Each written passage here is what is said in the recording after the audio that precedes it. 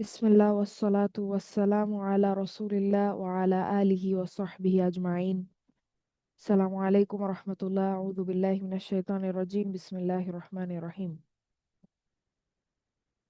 এর আগের ক্লাসে সম্ভবত মাঝখান দিয়ে আমরা আল আসমা আল খামসা দেখার মাঝখান দিয়ে সম্ভবত ডিসকানেক্টেড হয়ে গিয়েছে। তো আল আসমা আল খামসা আমরা হচ্ছে এর আগে মোটামুটি দেখেছি। তো এখানে আমরা আসলে বেশি গুরুত্ব দিয়ে দেখেছি হচ্ছে আপনার আবুন, আখুন আর হচ্ছে জু, এই তিনটা। আর এখানে আরো দুইটা আছে দেখেন, হামুন আর ফামুন। এটা আমরা অত বিস্তারিত দেখিনি। তো এটা এটা সম্ভবত নরসিন আপু বলেছেন গত ক্লাসে। ও আর এখানে একটা কথা হচ্ছে যে হামুন, হামুন মানে হচ্ছে আপনার আসলে ফাদার ইন ল। ঠিক আছে, তো এইগুলো আসলে কোরআনে ইউজ হয় নাই। তো এটা অত গুরুত্বপূর্ণ কিছু না আপাতত আমাদের জন্য। তো এখানে আমি এখানে আগে একটা কথা, একটা একটা জিনিস আমরা দেখেছি, অনুশীলন 10 কি আমরা পুরাটা করেছিলাম গত ক্লাসে?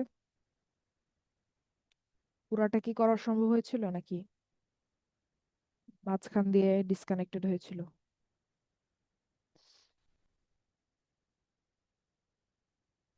আসসালামু আলাইকুম আপু। ওয়ালাইকুম মনে আসসালাম। হয় একটা বাকি ছিল আপু, ওই যে আপনার রাইট সাইডে নিচের কলামের, এটা বোধহয় মনে হয় বাকি ছিল। না, পুরাটা হয় নাই। পুরাটা হয়নি, হ্যাঁ। না। আচ্ছা, তো এখানে বোধহয় আল্লাহু যুল ফাদলিল আযীম হুম। এটা হয়েছিল। Yes. তো তারপরে আছে দেখেন, বি আখিন লাকুম মিন আবিকুম। বি আখিন লাকুম মিন আবিকুম, এখানে আমাদের মুদাফ মুদাফ ইলাই কোনটা? তিন রকম। মুদাফ মুদাফ ইলাই। বি আখিন, না না, বি তো হলো হার্ফ যা, আকিন হলো আমরা পুরাটাই দেখি। আবি আবি বি আকিন আবিকুম বোধহয়। আকিন আখিনটা কি? আকিন বি লাকুম। আখিন, আবিকুম, ও সরি আবিকুম। আমার কাছে মনে হচ্ছে আবিকুম আর কি।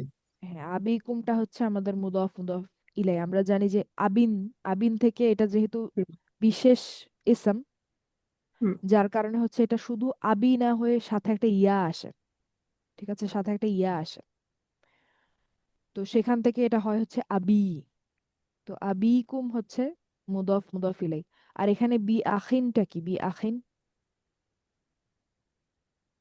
এটা হলো যার মা জার যার মাজরুর। মাজরুর, যার মাজরুর জার আকিন মাজরুর। লাকুম, তাদের জন্য। লাকুম ও যার যার মাজরুর, মাজরুর। লাকুম ও জার মাজরুর। মিন আবিকুম, এটাও যার মাজরুর। এটা হচ্ছে জার মাজরুর। তারপরে আছে হচ্ছে লা ইউসুফু ওয়া আখুহু। লা ইউসুফু ওয়া আখুহু, এখানে কি মুদফ তো মুদফ ইলাই আছে? আখু হু টু আখু হু যেটা ওয়া এটা। আখুহু, ওয়া আখুহু আখুহু। যেটা, সেটা হচ্ছে আমাদের হুম। মুদফ মুদফ ইলাই। ঠিক আছে, আখুহুটা হচ্ছে মুদফ মুদফ ইলাহি। আর এখানে হচ্ছে একটা ওয়াও আছে, লা ইউসুফু ওয়া আখুহু। আচ্ছা, তো আখ মানে হচ্ছে ভাই, আমরা জানি। তো আখুহু মানে কি? ভাইয়েরা। আখুহু তার ভাই তার তার ভাই, ভাই মুদফ তার ভাই। মুদফ ইলাই। হ্যাঁ, তার তার ভাই, ভাই। হুম, তার ভাই। হুম, আখুন একজন ভাই, অর্থাৎ একজনকে বুঝায়। তো হুম। সেখান থেকে হালকা হয়ে হয় হচ্ছে আখু।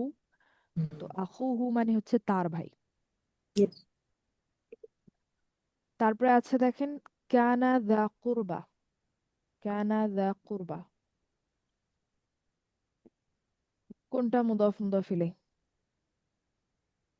যা দা কুরবা দা কুরবা যেটা আর কি, দা কুরবা।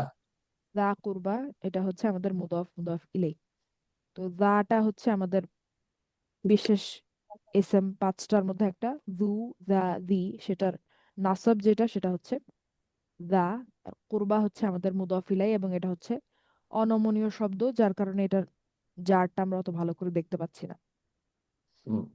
আপু, কিন্তু আমার এটা একটা জার। প্রশ্ন ছিল। আপু জি সরি, অবশ্যই। আমার একটা এর আগেরটাতে ওই যে আখু, আম, এটা তো সিঙ্গুলার, তাহলে এটার প্লুরাল কি হবে আপু? আখু। আখুন, আখান, আখিন, এটা হচ্ছে আমাদের মুসলিমুন মুসলিমান মুসলিমিনের মতো। তারপরে হচ্ছে মুসলিমানি মুসলিমাইনি মুসলিমাইনি, ওটা হচ্ছে আখাওয়ানি আখাওয়াইনি আখাওয়াইনি, এটা হচ্ছে দুইজন ভাই। হুম। তারপরে মুসলিমুনা মুসলিমিনা মুসলিমিনা, এক্ষেত্রে আসলে আমাদের উনা ইনা ইনা আসে না আখনে, এক্ষেত্রে আসে হুম। হচ্ছে এখওয়াতুন এখওয়াতান এখওয়াতিন, ব্রোকেন প্লুরাল হয়ে যায়। তো বহু আচ্ছা বচনটা হচ্ছে এখওয়া এখওয়াতুন। আচ্ছা আচ্ছা আচ্ছা। হুম। আমি এটাকে ভেবেছিলাম বহু বচন। ওকে। না, এটা হচ্ছে আমাদের, আমরা একটু দেখি, একটু ভেঙে দেখি তাহলে সুবিধা হবে। তো আমাদের আমাদের হচ্ছে আমি লাইট বহু এখানে বচন ভেবেছিলাম। এখানে আমি লাইট। আরো কিছু কথা বলবো আল আসমাল খামসার ব্যাপারে। দেখেন, আমাদের ছিল হচ্ছে আখুন, তারপর হচ্ছে আখান, তারপর হচ্ছে আখিন। ঠিক আছে, আখুন আখান আখিন, এটা হচ্ছে আমাদের মুসলিমুন মুসলিমান মুসলিমিনের মতো, এই তিনটা। ঠিক আছে, জি। এখন এটাকে আপনি মুদফ হিসেবে ব্যবহার করতে চাচ্ছেন এখন। ঠিক আছে, এইখানেই কিন্তু এর বিশেষ হওয়ার যে কারণটা সেটা আসে, ঠিক এখানে আসা শুরু হয়। যে এটা কিন্তু আমি যদি নর্মাল নিয়মে যেতাম, আমি যদি স্বাভাবিক নিয়মে যেতাম, তাহলে মুসলিমুন হালকা হয়ে কি হয়? লিমো। মুসলিমু হয়, তাই না? মুসলিমু হয়। মুসলিমও হয়। লিমো, হ্যাঁ। সেক্ষেত্রে তাহলে আমার তো আখুন যেটা, সেটাও হালকা হয়ে কি হওয়ার কথা ছিল? আখু আখু। শুধু আখু আখু, হওয়ার কথা ছিল। আখু হওয়ার কথা ছিল। এখানেই পার্থক্যটা তৈরি হয় যে এটা শুধু আখু না হয়ে আখু হয়। এবং ওয়াওই কেন বলেন তো, এখানে আসলে ওয়াওই কেন? কারণ কারণ হয়ে আছে দম্মা দম্মা আর আছে। কি, দম্মার জন্য এটা। হ্যাঁ, এক্স্যাক্টলি। এটা আমাদের পরবর্তীতে অনিয়মিত সার্ফ শিখার ক্ষেত্রেও লাগবে। তো এটা আমরা এখন একটু দেখতে পারি যে পেশের সাথে হচ্ছে, পেশের উচ্চারণটা হচ্ছে উ উচ্চারণ, তাই তো? ইয়েস। তো উ উচ্চারণের সাথে হচ্ছে আপনার ওয়াওটা যায়। ওয়াওটা যায় বলতে উ উচ্চারণটাকে যদি আপনি একটু লম্বা করতে চান, আপনি কিন্তু বলবেন হচ্ছেন আখু, অর্থাৎ একটা ওয়াও যোগ করবেন। আপনি কিন্তু, আপনি যদি ধরেন আলিফ যোগ করেন, তাতে কিন্তু আপনি উচ্চারণটা লম্বা করতে পারবেন না।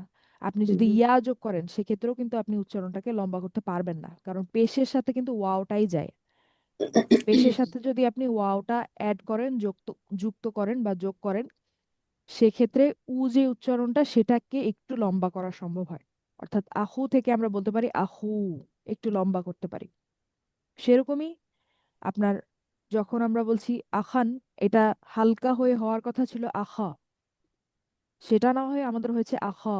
আলিফি কেন? কারণ হচ্ছে জবরের সাথে বা ফাতহার সাথে আলিফটা যায়, অর্থাৎ ফাতহার যে উচ্চারণটা, যে উচ্চারণটা, এটাকে যদি আপনি একটু লম্বা করতে চান, আপনি হচ্ছে একটা আলিফ লাগাবেন। সেরকমই লাস্টেরটা আপনার আখি হওয়ার কথা ছিল, কিন্তু একই রকম এটাকেও যদি আমরা একটু লম্বা করতে চাই, সেক্ষেত্রে আমরা বলবো হচ্ছে আখি। তো এইটাই নিয়ম এখানে, যে আমরা যখন আখুন আখান আখিন, অর্থাৎ এই বিশেষ পাঁচটা ইসেমের ক্ষেত্রে যখন আমরা হালকাতে যাই, তখন হচ্ছে আমাদের উচ্চারণটা একটু লম্বা হয়, এবং আমাদের যেই হরকতটা উপরে আছে সেটার সাথে মিলিয়ে মিলিয়ে আমরা হচ্ছে হরফ সাথে যোগ করি, যাতে ওই উচ্চারণগুলো একটু করে লম্বা হয়। যার কারণে এটা হচ্ছে বিশেষ ইসম। এই কারণেই যে আমরা হচ্ছে আহু না বলে আমরা বলছি আহু, আখা না বলে আমরা বলছি আখা, আর আখি না বলে আমরা বলছি আখি, একটু লম্বা। একটা সময় একটু ভাবনা। ঠিক আছে,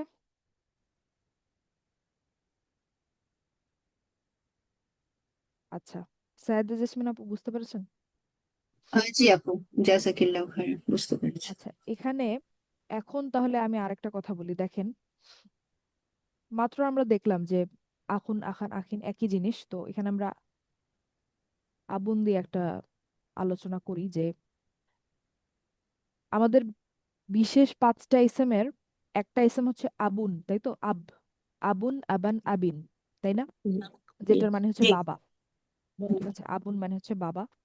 তো এটাকে যদি আমরা হালকা করি, তাহলে এটা হয়ে যায় হচ্ছে আমাদের আবু, আবা, আবি, যেটা এইমাত্রই আমরা দেখলাম যে এটা কেন হয়, কারণ এটা বিশেষ ইসম এবং এটা হালকা হলে এরকম হয়।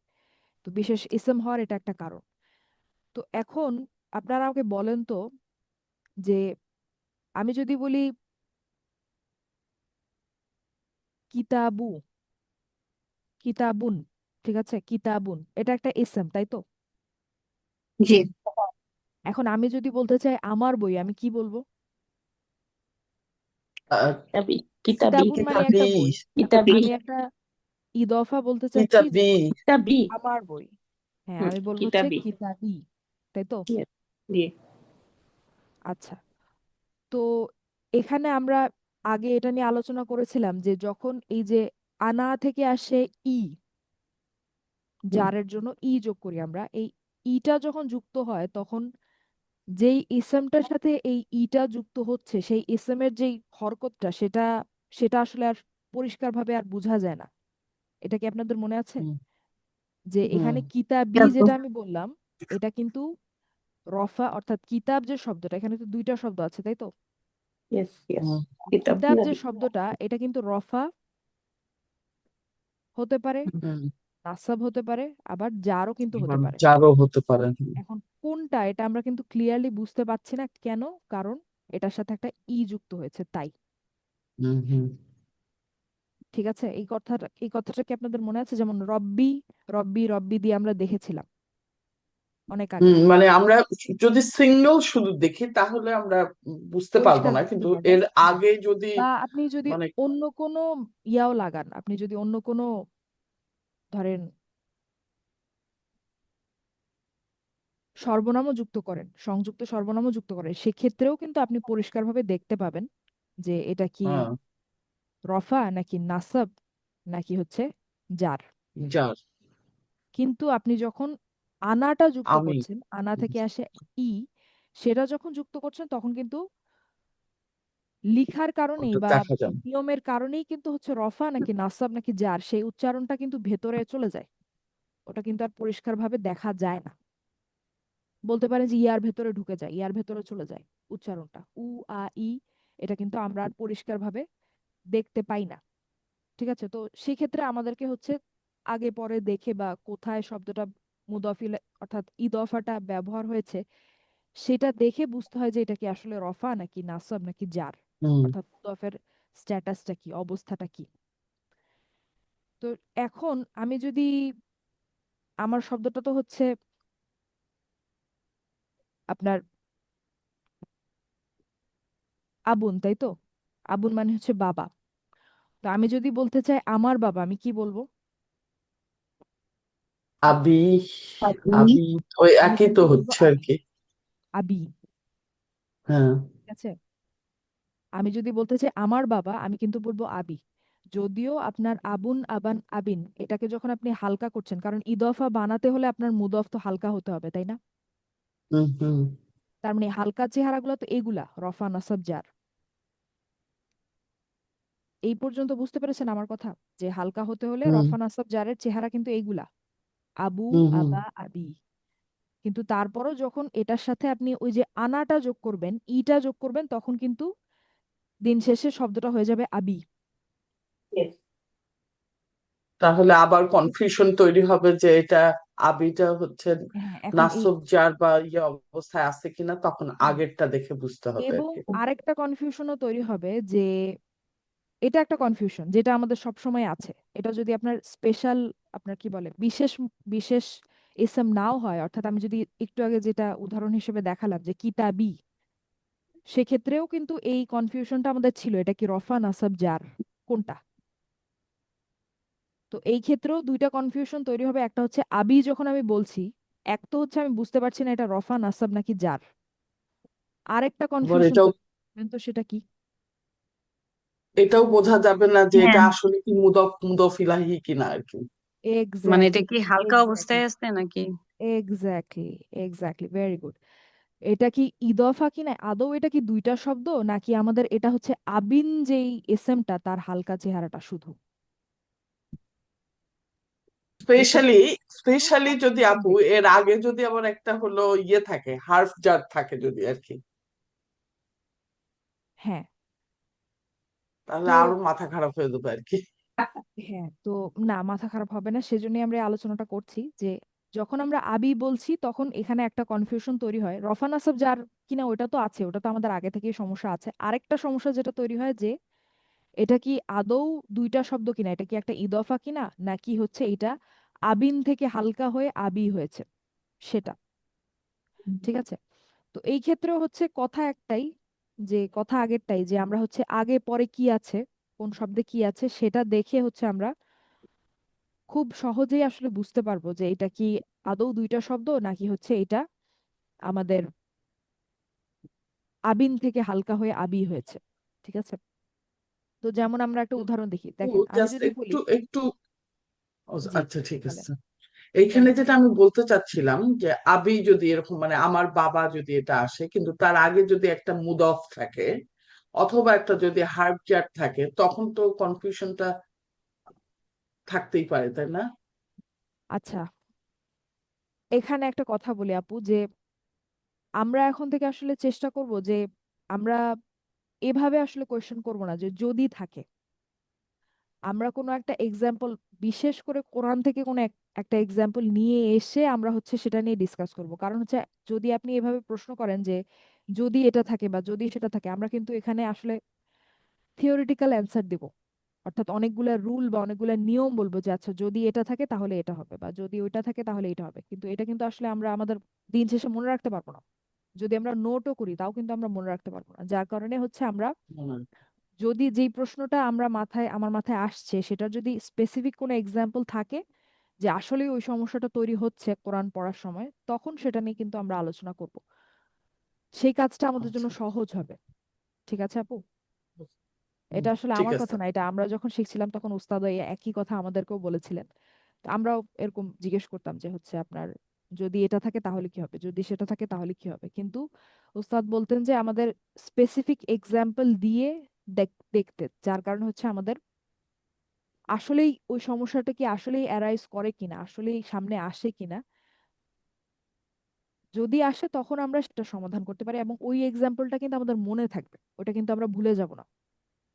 হুম, কারণ হুম, আমরা অ্যাপ্লিকেশন দেখছি, আমরা কিন্তু শুধু কোনো একটা রুল শিখছি না সেক্ষেত্রে। ঠিক আছে, হুম। ঠিক আছে আপু,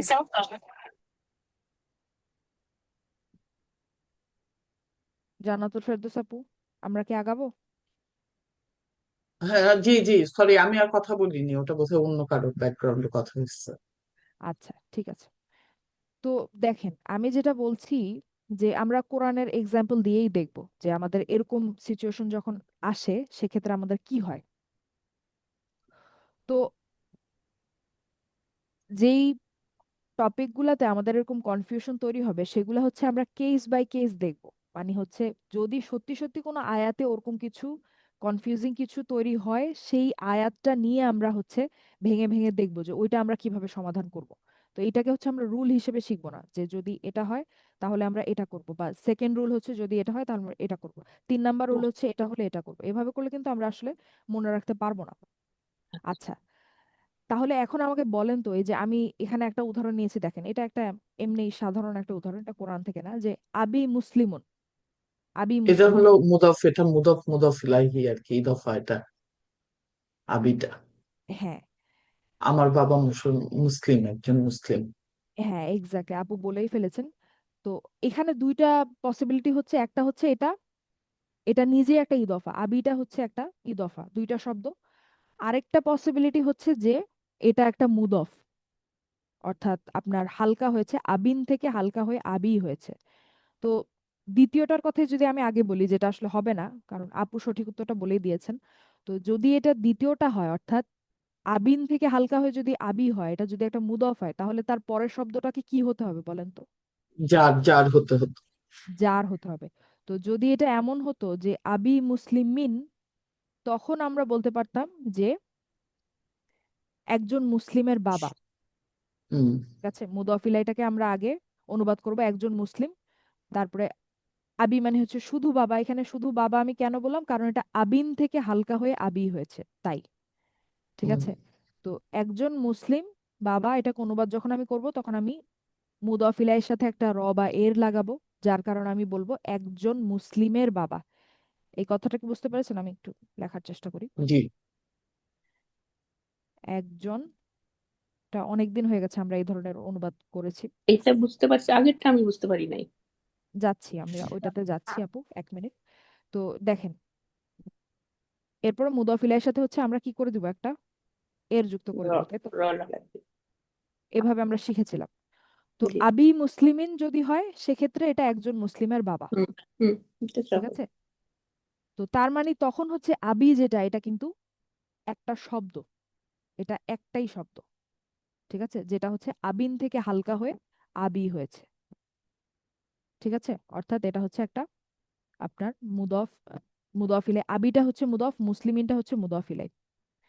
কিন্তু আমি বলেছি আবি মুসলিমিন না, আমি বলেছি আবি মুসলিমুন, যেটা জান্নাতুল ফেরদৌস আপু একবারে ঠিকভাবেই শুরুতেই ধরে ফেলেছেন যে আবি মুসলিমুন যখন আমরা বলছি, তখন আবিটা যদি মুদফ হতো তাহলে কিন্তু এটা মুসলিমুন হলে হবে না, এটাকে কিন্তু মুসলিমিন হতে হবে। মুদফ ইলাই হতে হলে তো মুসলিমিন হতে হবে, তাই না মনোয়ার আপু? এটা বুঝতে পেরেছেন?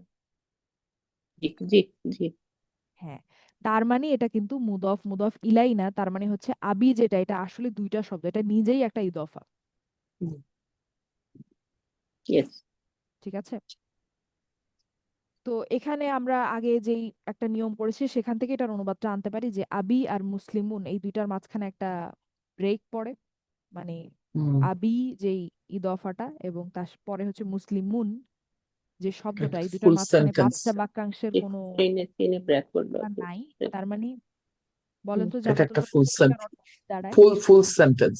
হ্যাঁ, ইয়েস। এটা একটা ফুল সেন্টেন্স, এবার এটার অনুবাদটা কি দাঁড়ায়?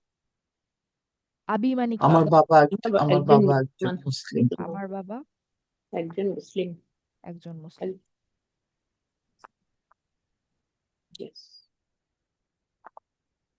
আমার বাবা একজন মুসলিম, ঠিক আছে?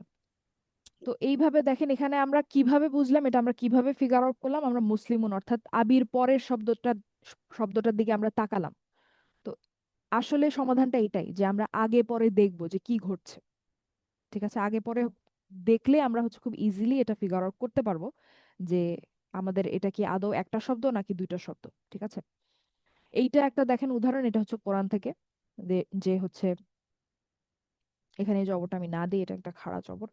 আচ্ছা, তো হাদা আখি কদ মান্নাল্লাহু আপু আলাইনা। আর একবার একটু উপরের ইয়েতে যাবেন এক্সাম্পলে, এবং এখানে আবি মানে বাবাটার কি এটা রফা রফা ইয়েতে আছে, কন্ডিশনে এটা আছে, এখানে তাই না? রফা অবস্থায় আছে, কারণ এখানে হ্যাঁ, নাসব জার হওয়ার কোনো কারণ নাই। কোনো সম্ভাবনা নাই, তার আগে হ্যাঁ, কোনো ইয়ে নাই। দ্যাটস হ্যাঁ, রাইট, ইয়েস। কিন্তু সেন্টেন্স স্ট্রাকচার যখন আমরা শিখবো এগুলারও হচ্ছে আমরা আলাদা আলাদা নাম দিব, তখন আরো সহজভাবে আমরা চিনতে পারবো। কিন্তু এখন আমরা বলতে পারি যে আচ্ছা এটা রফার হচ্ছে কারণ এটা ডিফল্ট রফা, মানে নাসাব এবং জার হওয়ার আসলে কোনো কারণ নাই, আগে কোনো হার্ফ কারণ জার নাই। নাই বা হচ্ছে হার্ফ নাসাব নাই, যার কারণে এটা হচ্ছে রফা, বাই ডিফল্ট জি। এটা রফা। আচ্ছা, দেখেন হাদা আখি কদ মান্নাল্লাহু আলাইনা। তো এখানে দেখেন আখি, সেম সমস্যা আমাদের, যে এটা কি একটা শব্দ নাকি দুইটা শব্দ? এখন আপনারা বলেন, আগে এখানে পরে দেখেন। এটা দুইটা শব্দ হবে, কারণ হাদা এটা এই আখি কে হচ্ছে যে জার বানাইতে পারে না। ও না, মানে সরি। মানে আখিটা কি আখিন থেকে হালকা হয়ে হ্যাঁ আখি হ্যাঁ, হয়েছে নাকি এটা নিজেই একটা ইদফা? এটা নিজেই নিজেই কি একটা দুইটা শব্দ? ইদফা আমার কাছে মনে হচ্ছে, হ্যাঁ নিজেই একটা ইদফা। এক্স্যাক্টলি। কেন অন্যটা না কেন? অর্থাৎ এটা আখিনের হালকা চেহারাটা না কেন? কারণ ওই হাজা আর কি, এটা হচ্ছে এই আখিকে জার বানাইতে পারে না, সেই কারণে আমি হুম। আমি এইভাবে বিশ্লেষণ না, করছি। পরের ওয়ার্ডটা পরের পরের তার জার ওয়ার্ড। নাই। চেয়েও তার চেয়েও শক্তিশালী একটা কারণ আছে। পরের ওয়ার্ড। তাহলে কি আল থাকতো আপু? না, না, যেটা আমরা একটু না, আগে পরের আলোচনা ওয়ার্ডটা করলাম। জার নাই, সেটাই আপু। এক্স্যাক্টলি, হ্যাঁ, এক্স্যাক্টলি। পরেরটা কাঁধ হয়ে আছে। আখিন থেকে যদি হালকা হয়ে আখি আসতো, এটার তো একটা কারণ লাগবে হ্যাঁ হালকা হওয়ার, হ্যাঁ, এবং কারণটা মুদফ। কারণ আমরা জানি যে আখুন আখান আখিন, এটা থেকে যখন আমরা হালকা করি সেটা মুদফের জন্যই তো করি। হুম। করি। হ্যাঁ, তো মুদফ যদি হয় তার তো একটা মুদফ ইলাই লাগবে, মুদফ ইলাই তো নাই। না। ও কদ, কদ আচ্ছা আচ্ছা। যেই শব্দটা, এটা তো কোনো এসএমই না, কারণ একটা এসএম এভাবে শেষই হয় হুম, না, এটা তো আমরা জানি। এবং মুদফ আর মুদফ ইলাইয়ের মাঝখানে তো অন্য কিছু আসে না। আসবে না। তো যদি আখি শব্দটা একটা শব্দ হতো তার ঠিক পরেই আমরা যার অবস্থায় কোনো একটা শব্দ দেখতে পেতাম মুদফ ইলাই হিসেবে। সেটা যেহেতু হচ্ছে না, তার মানে আখি আসলে হচ্ছে দুইটা শব্দ এবং এটা একটা ইদফা, এটা মানে হচ্ছে আমার ভাই। ঠিক আছে, তো এটা একটা বাস্তব উদাহরণ যেটা দিয়ে আমরা প্র্যাকটিক্যালি অ্যাপ্লাই করে দেখলাম যে আমরা কিভাবে বুঝবো যে সরি এরকম আপু, এই বাক্য। কদ যেটা, এটা কি এটা আসলে একটা হার্ফ, এটা কোনো অর্থাৎ পরের হার্ফ না? শব্দটার উপরে জোর দেওয়ার জন্য বা পরের অংশটার উপরে জোর দেওয়ার জন্য হচ্ছে ব্যবহার করা হয়। emphasis। আচ্ছা। ঠিক আছে, কদ অনেকটা লায়ের মতো সেরকম। যেমন একটু আগে আমরা দেখছি লা ইউসুফু বা আখুহু, বইতে যে দেখলাম মানে লাম অফ এমফাসিস হচ্ছে। emphasis না? হ্যাঁ, এমফাসাইজ করার জন্য, জোর দেওয়ার জন্য। আচ্ছা, তো এটা একটা ছোট্ট আলোচনা যেটা আমরা আগে করি নাই। এখন আমরা আবার বইতে ফেরত যাই ইনশাল্লাহ।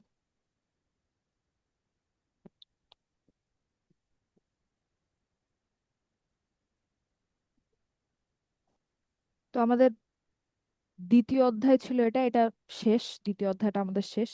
তো দ্বিতীয় অধ্যায়টা পুরাটাই আসলে অবস্থার উপরে ছিল। তো বাকি তিনটা যে আমাদের বৈশিষ্ট্য এসএম এর, সেটা তারপরে আসে, তারপরের অধ্যায় আছে। তো আপনাদের কি, আমি যদি এটা একটু হাইড করে একটু ঢেকে দিই, আপনাদের কি নামগুলা মনে আছে? যদি এখানে দেখাই যাচ্ছে যে কিসের? আমরা যে শিখেছি অবস্থা, এটাকে আরবিতে কি বলা হয়? ইয়ারব। আল এরব। আল ইরাব। এরব। তারপরে ইয়ারব। সংখ্যা, সংখ্যাকে কি বলা হয়? আদাদুন। আদাতুন। আল আদাদ। আদাদুন। আল আদাদ। আদাত। আদাত। তারপরে লিঙ্গ, জিনস। জিনসুন। জিংসুন। আল জিংসুন। জিন্স, আল জিন্স। আর শেষেরটা জিনস। ধরন, কিসমুন। আল কিসম। ও, ঠিক আছে, এটা মনে নাই আমার। আচ্ছা। মনে নাই। তো এখানে দেখেন, এখন আমরা পরের বৈশিষ্ট্য তিনটা একটু দেখা শুরু করি। তো এখানে আমরা জানি প্রতিটি ইসেমের চারটা বৈশিষ্ট্য আছে, এই চারটা বৈশিষ্ট্য এখানে দেয়া আছে। ধরনটা কি জানো উচ্চারণ হবে? কোনটা? ধরনটা হচ্ছে, ধরন যেটা, টাইপ যেটা। হ্যাঁ, তো শুরু থেকে আমি যদি বলি আল এরব, এখানে হরকত দেয়া নেই, হারাকা দেয়া নেই। আল জিন্স, আল আদাদ, আর হচ্ছে আল কিসম। আল কিসম জের, আচ্ছা। তারপর হচ্ছে আপনার একটা জজম, সুকুন। হ্যাঁ আচ্ছা। সুকুন, আর আর হচ্ছে মি- ওরফান সাবজেক্ট যে মিমের কোনো পর, একটা মিমের আল উপর পেশ আর কি থাকার কথা পেশ, আর কি আল বোধহয়, না? কিসম বাই ডিফল্ট, হ্যাঁ পেশ, আল কিসম। আমরা অবস্থা আল এরব নিয়ে অনেকটা সময় ব্যয় করেছি, যেটা আমরা আসলেই করেছি এর আগের অধ্যায়ে। দ্বিতীয় অধ্যায় পুরাটাই ছিল আমাদের অবস্থা সংক্রান্ত, কারণ এটি আরবি ভাষার একান্তই নিজস্ব বৈশিষ্ট্য এবং এই চারটি বৈশিষ্ট্য এর মধ্যে সবচেয়ে বিস্তারিত। আমরা এটা ইন্টেন্সিভ এক থেকেই দেখছি যে অবস্থা যেটা, সেটা পড়তে আমাদের সবচেয়ে বেশি সময় লাগে, বাকি তিনটা কিন্তু খুব ছোট। তো এখানে এই যে চারটা আবার দেওয়া হয়েছে, এটা আমরা জানি।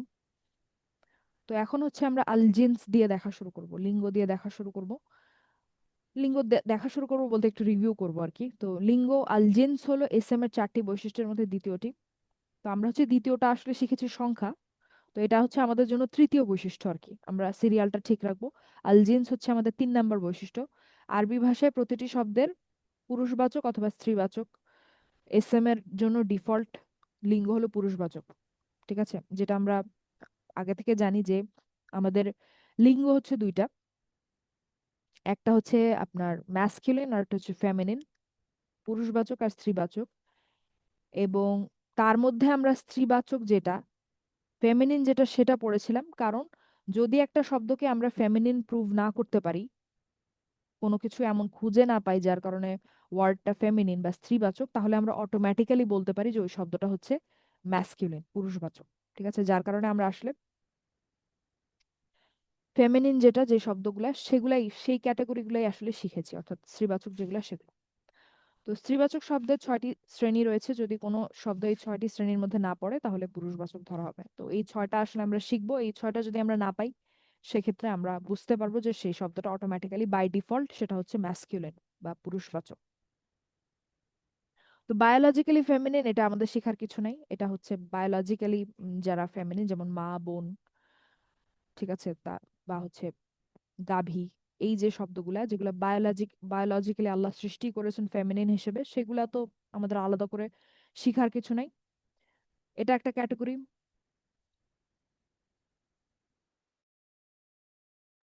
তারপরে হচ্ছে এমন শব্দ যেগুলা শেষে এরকম, আপনার একটু জুম করি, যেগুলা শেষে আলিফ মাকসুরা আছে, তারপরে এরকম হামজা আলিফ আলিফ হামজা আছে শেষে, তারপরে হচ্ছে শেষে এরকম গোলতা আছে। তো ইয়ার উপরে এরকম খাড়া একটা আলিফ, তারপর আপনার আলিফ আর হামজা আর হচ্ছে এরকম গোলতা, এরকম অনেক শব্দ। তো এখানে এমন শব্দগুলো বলতে আসলে এটা বোঝানো হচ্ছে না যে সব শব্দ, বরং এটা বোঝানো হচ্ছে যে এমন অনেক শব্দ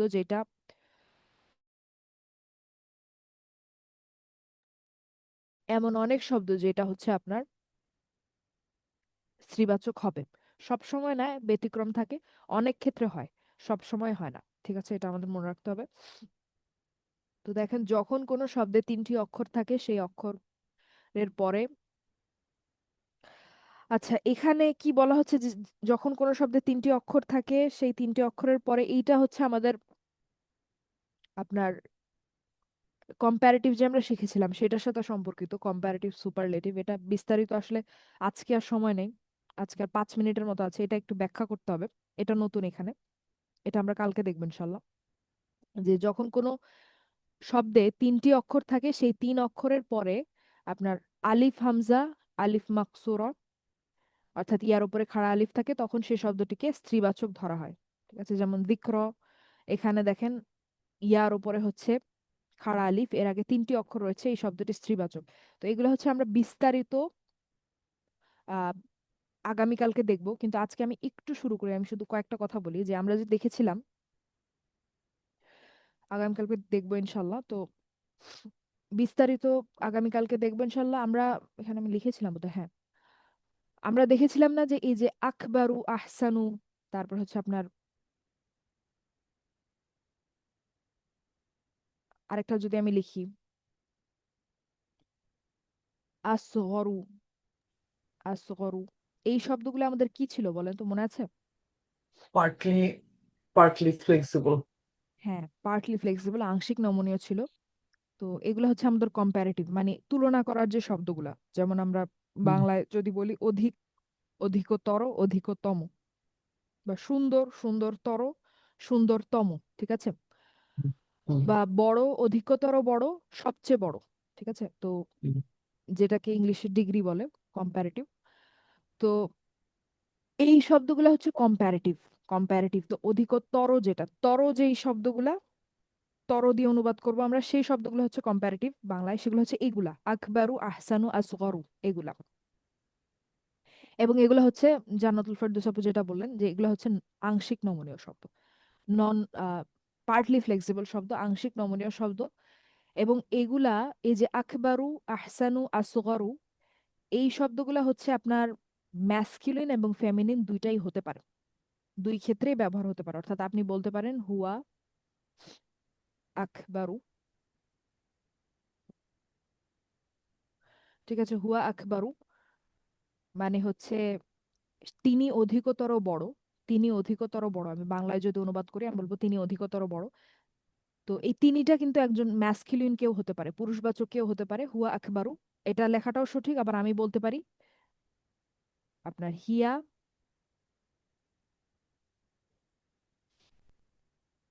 আকবারু, এটা বলাটাও সঠিক।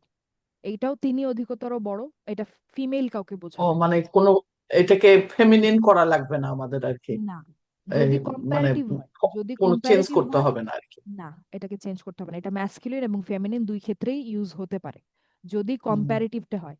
কিন্তু যদি সুপারলেটিভটা হয় সেক্ষেত্রে পরিবর্তন আসে, সেক্ষেত্রে আপনার ম্যাসকুলিনের জন্য তখন তো আবার আহ, ইয়ে হয়ে যায় আর কি, একটা, মানে হ্যাঁ, ফুললি আল, ফ্লেক্সিবল হয়ে যায়। হ্যাঁ, আল আকবর। আর যদি আমি ম্যাসকুলিনটা বলি, আমি বলবো হচ্ছে সুপারলেটিভে যদি নিতে চাই, আমি যদি হচ্ছে অধিকতম, যেটা সবচেয়ে বড়, যেটা সেটাতে যদি নিতে চাই, আমি বলবো হচ্ছে আল আকবারু, তাই না? হুম আলিফ লাম লাগাতে হয়, আমরা তো জানি। সুপারলেটিভে নিতে হলে হুম আলিফ লাম লাগাতে হয়, সবচেয়ে হুম বেশিতে নিতে হলে, তাই না? মনে আছে? হুম হুম হুম, মনে আছে তখন তো। এটা পরিপূর্ণ নমনীয় হয়ে যায়। এই আলোচনা কিন্তু আমরা করেছিলাম। তো এই জি, আল আকবারুটা কিন্তু ম্যাসকুলিন, এটাকে কিন্তু আপনি এখানে কিন্তু তাহলে হিয়া এটা আল আল আকবারু আপনি বলতে পারবেন না, বারো আল ঠিক আছে? হুয়া আল আকবারু বলতে পারবেন, সেটা সঠিক, কিন্তু হিয়া আল আকবারু বলতে পারবেন না। এখানে আপনার স্ত্রীবাচক যেটা সেটার জন্য চেহারাটা পরিবর্তন হয়ে যায়, ঠিক আছে? ঠিক আল আছে, তো এখানে আকবার একটা যদি আমরা দেখি, এটা হয়ে যায় হচ্ছে আল কুবর, আল কুবর। তো এখানে হচ্ছে একটা আলিফ মাকসুর, একটা হচ্ছে খাড়া আলিফ আছে, ঠিক আছে? এরকম এটা ও, হয়ে যায় হচ্ছে আল এটা এটা কুবর। ফেমিনিনের জন্য। হ্যাঁ, তো এটা কেন এবং এটা কি প্যাটার্ন, তিনটা হরফ বলতে কি বোঝায়, যেটা বইতে বলা হচ্ছে, এগুলো সবকিছু বিস্তারিত আমরা আগামীকালকে ইনশাল্লাহ। দেখবো ইনশাল্লাহ। আজকে 1-2 মিনিট সময় আছে, শেষ হয়ে যাবে। তো আমি যেটা বলছি, আলোচনাটা আমরা শুরু করলাম যে কম্পারেটিভ যেটা আকবারু আহসানু আসগরু, যেগুলো হচ্ছে আমাদের আংশিক নমনীয়, সেগুলো আপনি ম্যাসকিউলিন আর ফেমিনিন দুইটার ক্ষেত্রেই ব্যবহার করতে পারবেন, চেহারা চেঞ্জ হবে না। তো হুয়া আকবারু বলাটাও সঠিক, হিয়া আকবারু বলাটাও সঠিক, কিন্তু যখন আপনি এটাকে সুপারলেটিভে নিয়ে যাবেন, আলিফ লাম লাগাবেন, তখন কিন্তু আর ম্যাসকিউলিন আর ফেমিনিনের জন্য একই শব্দ ব্যবহার করা যাবে না, তখন আলাদা হয়ে যাবে। ঠিক আছে, এই পর্যন্ত বুঝতে পেরেছেন আমি কি বলেছি? জি, আলহামদুলিল্লাহ আপু, বুঝতে পারছি। আচ্ছা, তো আজকে আমাদের সময় শেষ, আমাকে ক্লাস এখানে শেষ করতে হবে। আচ্ছা, তো সবাই ভালো থাকবেন, ঠিক আছে? ইনশাল্লাহ। আর সম্ভবত আল্লাহ আমাদের আপনাকেও ভালো আগামীকাল, রাখুন। জি অবশ্যই, আমিন। আগামীকালকে শুক্রবার, তাও হচ্ছে সম্ভবত আগামীকালকে আমি ক্লাস নিব। আমাদের শিডিউলে একটু পরিবর্তন আসতে পারে, এটা জানানো হবে, গ্রুপে জানিয়ে দেওয়া হবে, ঠিক আছে? ইনশাল্লাহ। ইনশাল্লাহ। আচ্ছা, তো সবাই ভালো থাকবেন, সুস্থ থাকবেন। সালামু আলাইকুম। ওয়ালাইকুম আসসালাম, ওয়ালাইকুম জাজাকাল্লাহু আসসালাম খায়রান আপু। রহমতুল্লাহি ওয়া বারাকাতুহু। জাযাকিল্লাহু খাইরান আপু। ইয়াকুম।